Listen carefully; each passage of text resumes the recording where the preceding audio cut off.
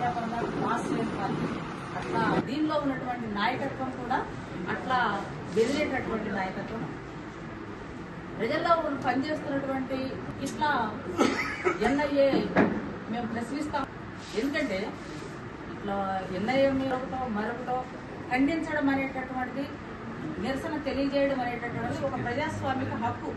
అది భావ ప్రకటన స్వేచ్ఛ. ఆ స్వేచ్ఛలో భాగంగానే మా పార్టీ దాన్ని ఖండించింది. ఖండించారు కాబట్టి మీరు రండి మేము ప్రశ్నిస్తామంటుంది. అది చట్ట వ్యతిరేకమైనటువంటిది, చట్టబద్ధంగా ప్రజాస్వామ్యబద్ధంగా మమ్మల్ని ఇట్లా పిలవడం అనేటటువంటి అన్యాయం అనేటువంటిది. అది దీన్ని తీవ్రంగా సిపిఎంఎల్ మార్క్సిస్ట్ పార్టీ రాష్ట్ర సమితిగా మేము తీవ్రంగా ఖండిస్తాం. ఆ తర్వాత మేము ఉద్యమ రూపంలో కూడా మేము నిర్ణయించుకోవాల్సి అట్లా నిరసన తెలియజేస్తాం. ఆ తర్వాత వాళ్ళు అడిగేటటువంటి దాన్ని బట్టి వాళ్ళు చేసేటటువంటి ఏం చేస్తారు అనేటటువంటి. మన దేశం ప్రజాస్వామ్య దేశం అని చెప్తూనే ప్రజాస్వామ్య ప్రకల్పాలని వల్లిస్తూనే ప్రజల మీద ప్రజల కోసం పనిచేస్తున్నటువంటి ప్రజా సమస్యల్ని తీసుకొని పనిచేస్తున్నటువంటి వాళ్ళని ఈ రకమైనటువంటి పద్ధతుల్లో అణిచివేయటం కోసం, లొంగ తీసుకోవటం కోసం చేస్తున్నటువంటి దుర్మార్గపు చర్యగా మేము భావిస్తున్నాం. ఇప్పటికే నరేంద్ర మోడీ ప్రభుత్వంలో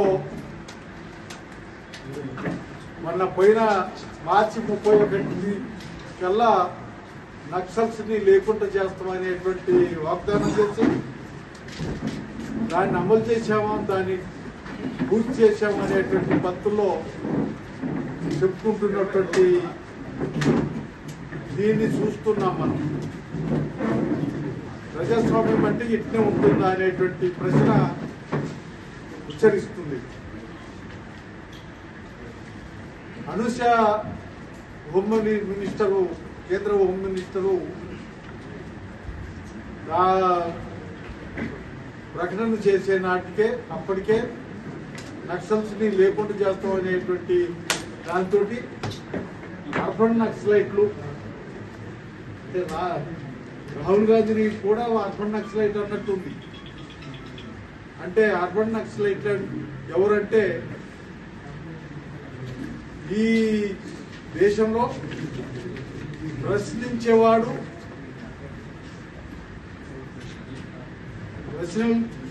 ప్రశ్నించే వాళ్ళు ప్రతి ఒక్కరు అర్బన్ నక్సలైట్లుగా కనపడుతున్నారు మోడీకి, అనుషక్ అనేటువంటిది మేము భావిస్తున్నాం. అందులో భాగమే రంగన్న మీద పెట్టినటువంటి కేసు. రంగన్న ఆ రకంగా కనపడ్డాడేమో అనేటువంటిది, ఇదేదో పోలీస్ డిపార్ట్మెంటో లేకపోతే ఇంకేదో డిపార్ట్మెంటు పెట్టినటువంటి కేసు కాదు. వాళ్ళకి ఆలోచన రావడానికి చేసినటువంటి విషయం కనపడుతుంది. సాయిబాబా ఆయన కాలు చేయి స్వచ్ఛపడ్డటువంటి గత మనిషి, ఆయన జైలు నుంచి విడిచిపెట్టగానే చనిపోయినట్టుంది. అట్టే ఇప్పుడు వరవరరావు ఆయన ఈ ప్రాంతంలో పనిచేసినటువంటి వాడు, ఒక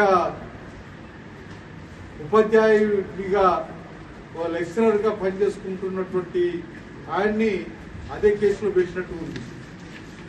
ఇప్పుడు ఆయన ఈ ప్రాంతానికి రాకూడదట. ఇప్పుడు అక్కడెక్కడో ఉండి ఆయన జీవిస్తున్నటువంటి పరిస్థితి. ఇది మన దేశానికి వచ్చినటువంటి ప్రజాస్వామ్యం. ఈ ప్రజాస్వామ్యం అనే రచన ఉత్పన్నం కావటానికి కారణం అవుతుంది. అలా రంగన్న మీదనే కాదు ఈ కేసు పెట్టడం, రంగన్నని విచారించుకుని రమ్మనే పద్ధతి కూడా బాగలేదు అనేటువంటిది మేము భావిస్తున్నాం. ఈ విషయంలో పాలకులు, ప్రభుత్వాలు ఈ అంశాన్ని వెనక్కి తీసుకోవాలని, ఎత్తేయాలనేటువంటిది కూడా డిమాండ్ చేస్తున్నాం. అది కాదు ఇది కాదని ఇంకేదో కారణాలు చెప్పడం కోసం ప్రయత్నం చేసి ఆ రకమైన నేషనల్ ఇన్వెస్టిగేషన్ ఏజెన్సీ వాళ్ళు మా పార్టీ రాష్ట్ర కార్యదర్శి మీద 152 సెక్షన్ అనే కేసు పెట్టారు. దీన్ని మేము మా పార్టీ తరఫున రాష్ట్ర కమిటీ తీవ్రంగా ఖండిస్తుంది. ఒక విషయం ఏమిటంటే మా పార్టీ గత దశాబ్దాల నుంచి కూడా మా పార్టీ ప్రభుత్వం యొక్క చట్ట వ్యతిరేక చర్యలను ఖండిస్తుంది. ప్రభుత్వం ఎవరి పట్ల కూడా చట్ట వ్యతిరేకంగా వ్యవహరిస్తే దాన్ని ఖండిస్తుంది. కానీ మా పార్టీ ఎప్పుడు కూడా కుట్రలకు కుహకాలకు పాల్పడలేదు. ఎప్పుడైనా ప్రజల సమస్యల మీద చాలా బహిరంగంగా ఉద్యమాలు చేస్తుంది. అంటే ఈ రకంగా దశాబ్దాల అనుభవం మా పార్టీకి ఉంది. తర్వాత కాలంలో కూడా మేము పాత పద్ధతిలో ఏదైనా ప్రజలకు దూరమయ్యే ఎత్తుగడలు ఉంటే వాటినంతా మార్చుకొని ప్రజలను కదిలించడానికి మేము చాలా ప్రజాస్వామిక పద్ధతులను, చాలా విశాలమైన పద్ధతులను మేము ఈరోజు అవలంబిస్తున్నాము. ఈ పరిస్థితుల్లో ఎన్ఐఏ ఇలాంటి కేసు పెట్టడానికి పూనుకోవడం లేదా దాన్ని ఎంక్వైరీ పేరు మీద అయినా సరే ఇలా వ్యవహరించడం అనేది తీవ్రమైన దాన్ని మేము తీవ్రంగా వ్యతిరేకిస్తున్నాము. ఎందుకంటే మా రంగారావు గారు కానీ మా పార్టీ కానీ ఈ గత ప్రభుత్వ చర్యలన్నింటినీ కూడా ముఖ్యంగా ఈ మధ్యకాలంలో విప్లవకారుల మీద ఖగారు దాడుల నుంచి కూడా చాలా పెద్ద ఎత్తున ఏమాత్రం చట్టబద్ధ పద్ధతులకు పాల్పడకుండా అన్ని చట్ట వ్యతిరేకమైన పద్ధతులే ప్రభుత్వం పాటిస్తుంది. కొన్ని వందల మందిని కూడా బూటక్ ఎన్కౌంటర్లో కాల్ చేసింది. చాలామందిని ప్రలోభపట్టి లొంగ తీసుకున్నది. అంటే ఇవన్నిటిని కూడా అంటే ఈ పద్ధతులన్నీ కూడా ప్రభుత్వం ఒక డెమోక్రటిక్ గవర్నమెంట్ ఇలాంటి పద్ధతులు పాటించకూడదని చెప్పి మా పార్టీ చాలా కాలం నుంచి మేము ఖండిస్తున్నట్టు. ఎందుకంటే ఈ పద్ధతులు అనేటివి ప్రజాస్వామ్య పద్ధతులు కాదు. దీనివల్ల కూడా ఏమైందంటే ప్రజల్లో కూడా తీవ్ర వ్యతిరేకంగా వస్తుంది. కాబట్టి ఇట్లాంటి పద్ధతులన్నీ మానుకోవాలని చెప్పి మేము కాలం నుంచి కూడా అది చేసుకున్నాము. కాబట్టి మా తరఫు నుంచి కూడా ఏ రకమైన రాజద్రోహ కుట్ర అనేది 152 అంటే రాజద్రోహ కుట్ర అనేది అలాంటిది ఏమీ లేదు. మేము చాలా బహిరంగంగా ప్రజా ఉద్యమాలు చేస్తున్నాం. కాబట్టి ఇటువంటి పరిస్థితుల్లో అలా ప్రభుత్వం పొందుకోవడం చాలా ఖండనార్హమైనది. అదేవిధంగా వాళ్ళు మా సెక్రటరీ గారిని హైదరాబాద్కు రమ్మని కూడా చెప్పారు.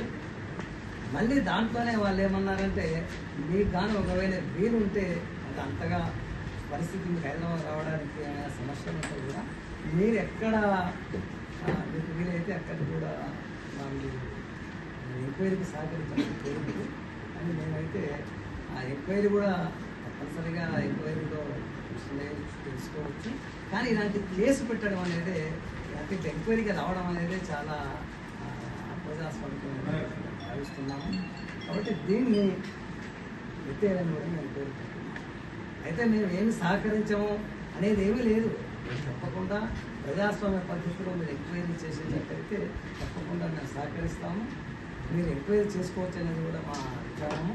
కానీ ఇలాంటి పరిస్థితుల్లో మన పార్టీ ఉందని మీరు భావించడం అనేది ఇది చాలా అంటే మేము కాదు కుట్ర, అంటే రాజద్రోహ కుట్ర మా మీద కాదు, వాస్తవంగా మీరే కుట్రకు పాల్పడుతున్నారేమో అని అనవలసి వస్తుంది.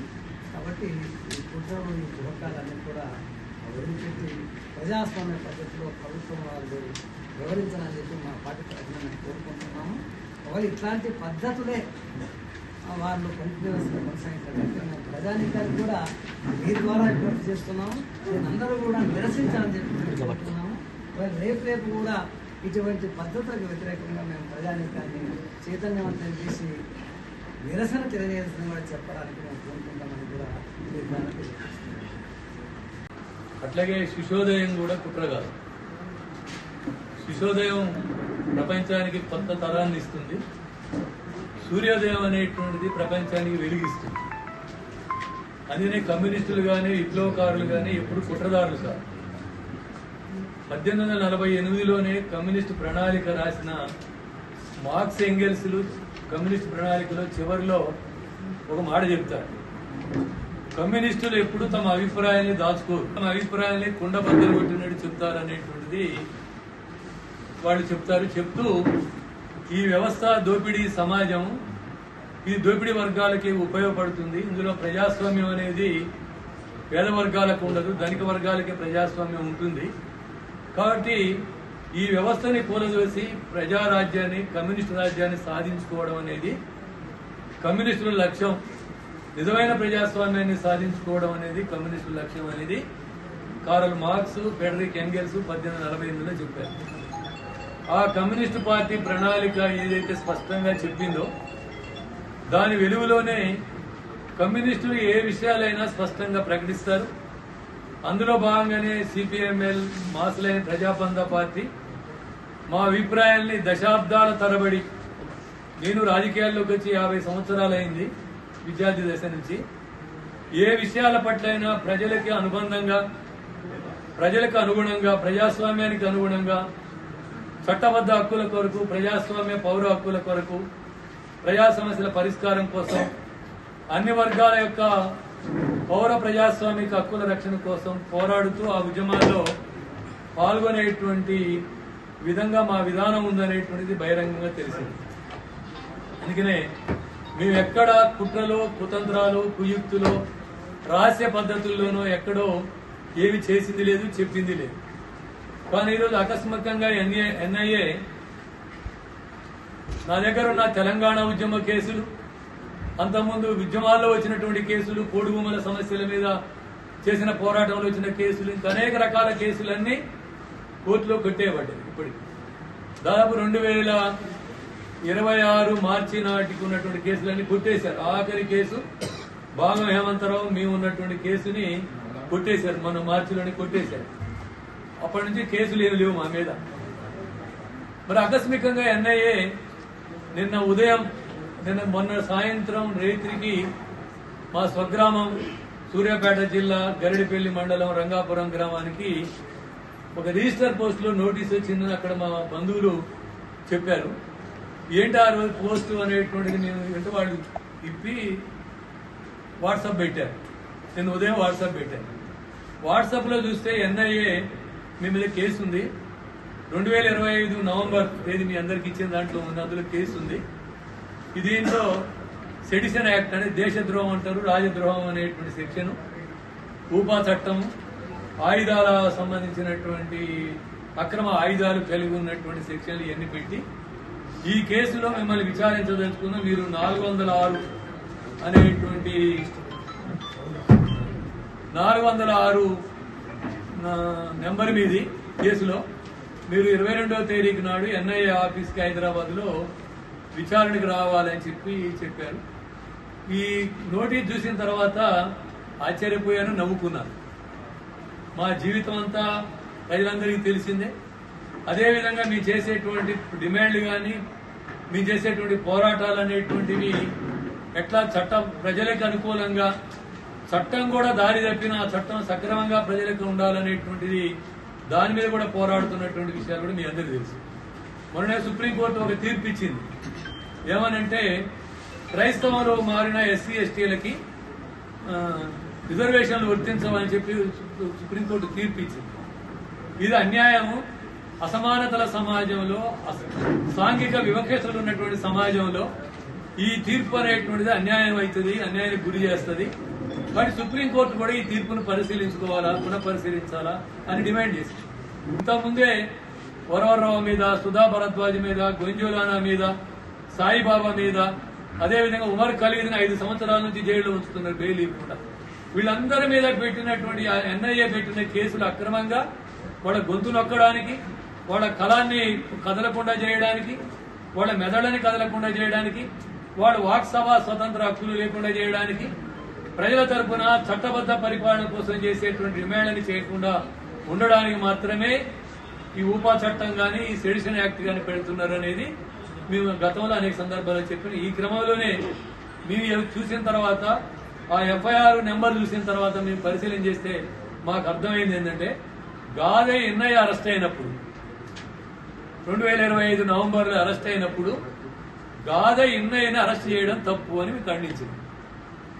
ఆ విధంగా అరెస్ట్ చేయడం, ఆయన వాక్సభా స్వతం ఆయన మాట్లాడే ఆ ఎన్కౌంటర్ ని ఖండించడము, కొత్త రామచంద్రారెడ్డి ఖండించడం, ఆయన అంత్యక్రియల్లో పాల్గొనడం అనేది అది ఒక హక్కు.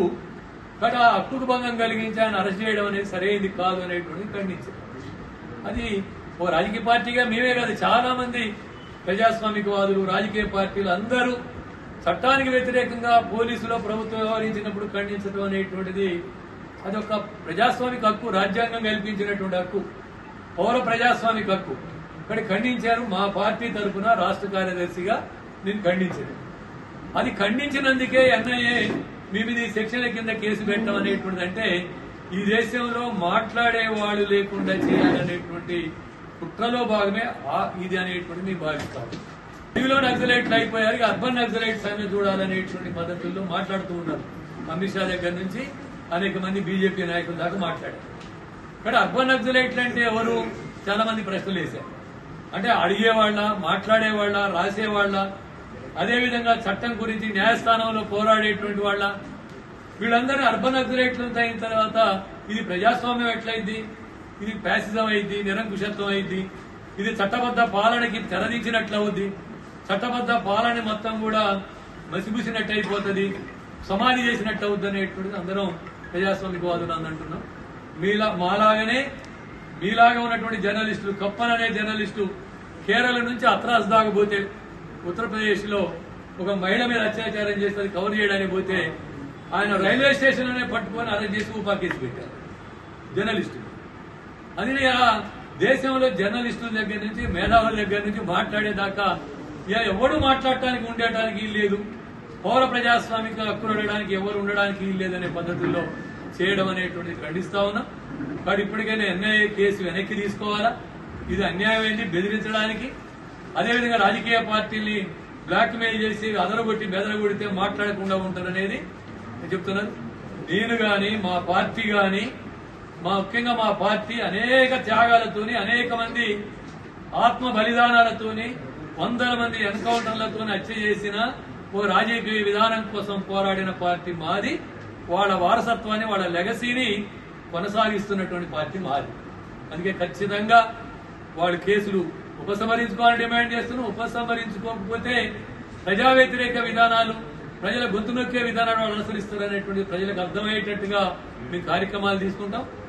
ఏమి బెదిరించినా, కేసులు పెట్టినా, అదేవిధంగా అనేక అక్రమాలు చేసినా మా పోరాటాన్ని ఆపబోము, మడమ తిప్పబోము, మా గొంతు ఆపబోము. ప్రశ్నించే తత్వాన్ని చంపుకోము. ప్రశ్నించే తత్వాన్ని చంపుకోవడం అంటే మాకు మేము చంపుకోవడం తప్ప మరొకటి కాదు. అందుకనే మాకు వారసత్వాన్ని అందించిన మా పార్టీ నాయకత్వం అంతా ప్రాణాలు పోయినా సరే హక్కుల కోసం, రాజకీయాల కోసం, సిద్ధాంతాల కోసం, ప్రజా సమస్యల కోసం నిలబడాలా, చివరి రక్తం బొట్టు వరకు, చివరి శ్వాస వరకు నిలబడాలని చెప్పి మాకు వాళ్ళు సందేశం ఇచ్చి మాకు ఆశయాలు ఇచ్చిపోయారు. కాబట్టి ఈ ఎన్ఐఏకి కేంద్ర ప్రభుత్వం ఇచ్చినటువంటి నోటీసులకి భయపడేటువంటి ప్రసక్తి లేదు.